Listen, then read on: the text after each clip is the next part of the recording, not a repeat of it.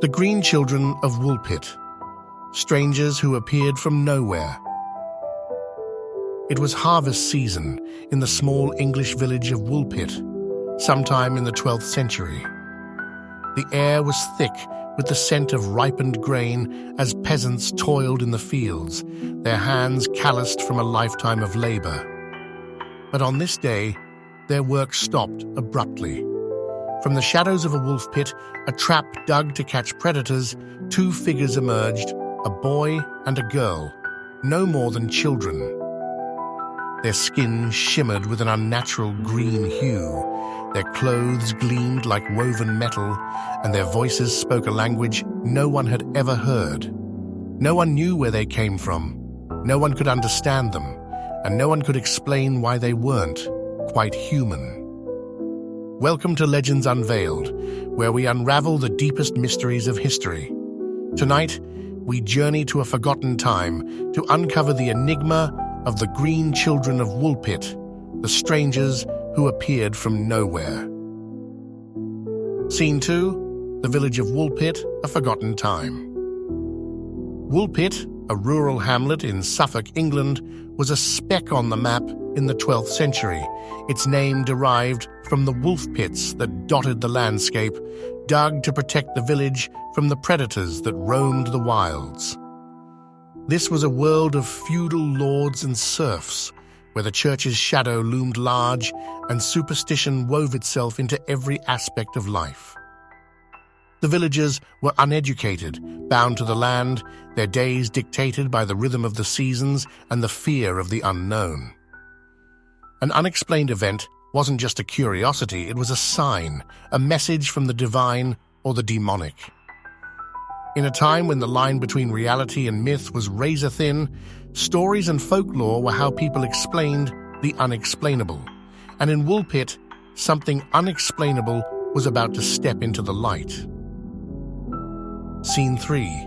The discovery, green skin, and a foreign tongue. The two children stumbled out of the wolf pit, their eyes wide with fear, their voices a jumble of strange, lilting sounds.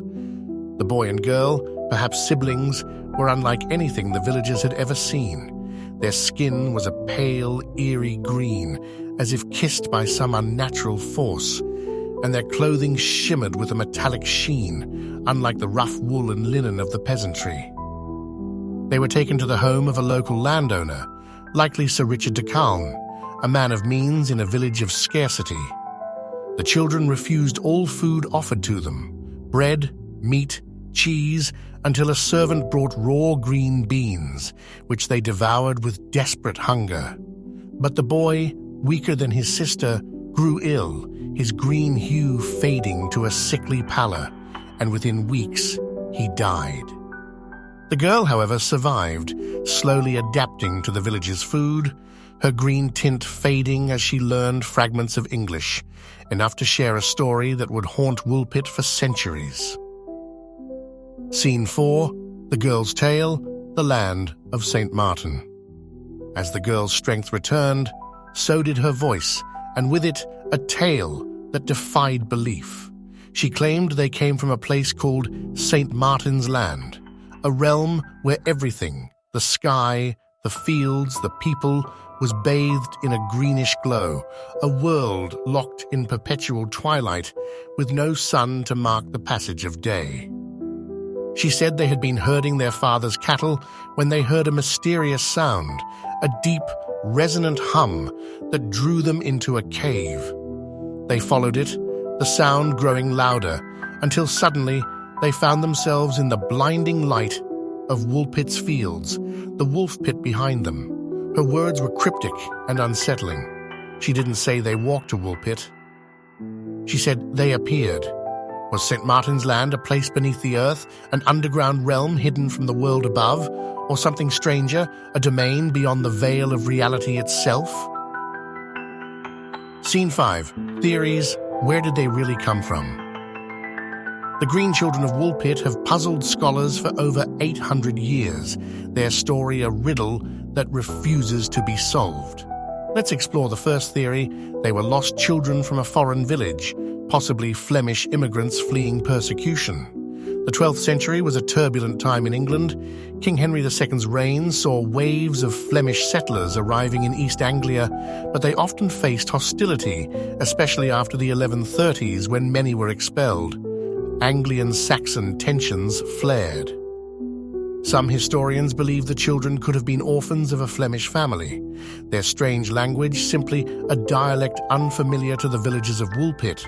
Their green skin might have been a result of malnutrition or disease, common among displaced children. Their metallic clothes, perhaps a misremembered detail exaggerated by superstitious peasants into something otherworldly. But this theory raises questions. Why were no other Flemish settlers found nearby, and how did two young children survive a journey to Woolpit alone? Our second theory offers a medical explanation. The children suffered from chlorosis, a form of anemia caused by a poor diet. Known as the green sickness in medieval times, chlorosis can cause a pale, greenish tint to the skin, especially in children lacking iron or proper nutrition.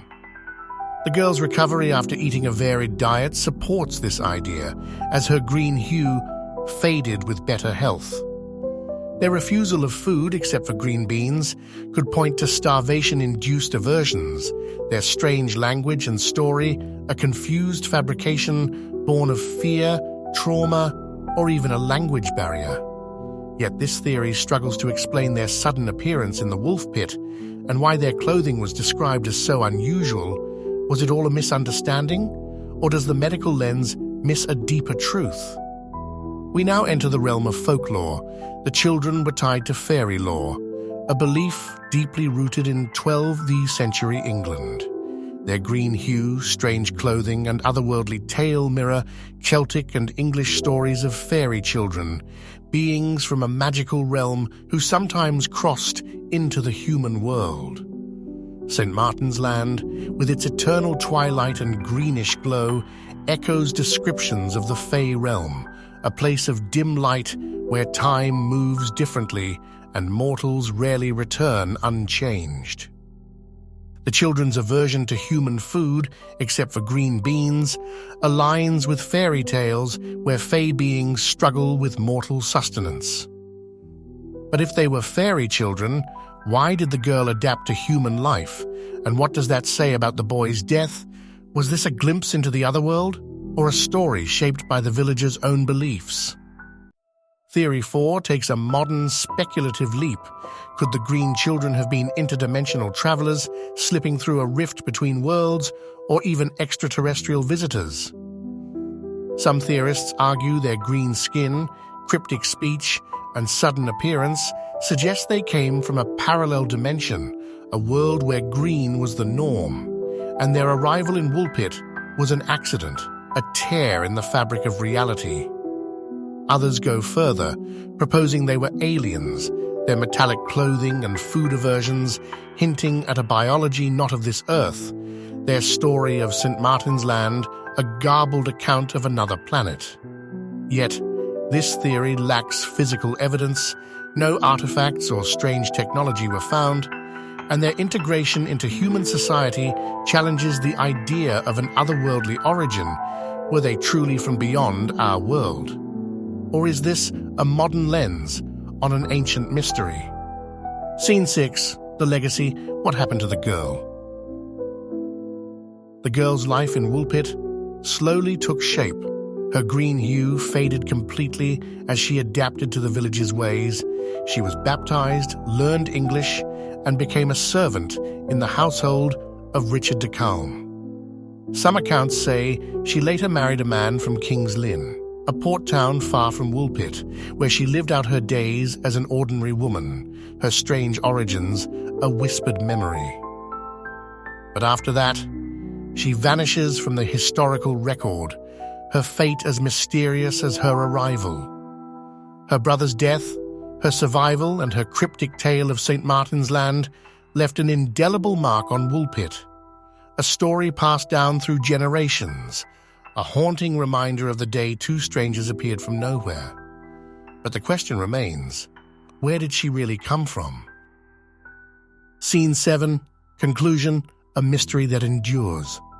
8 centuries have passed since the Green Children of Woolpit emerged from that wolf pit. Yet their story continues to captivate historians, folklorists, and paranormal researchers alike. Was this a tragic case of illness and migration, misunderstood by a superstitious village, or were these two children visitors from a place we still can't explain? The fields of Woolpit are quiet now, the wolf pits long filled in, but the echo of their tale lingers, a whisper of a world beyond our own.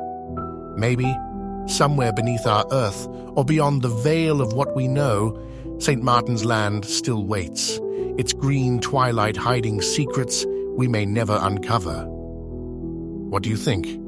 Were the Green Children of Woolpit the victims of a tragic misunderstanding, or proof that our world is more mysterious than we'll ever truly know?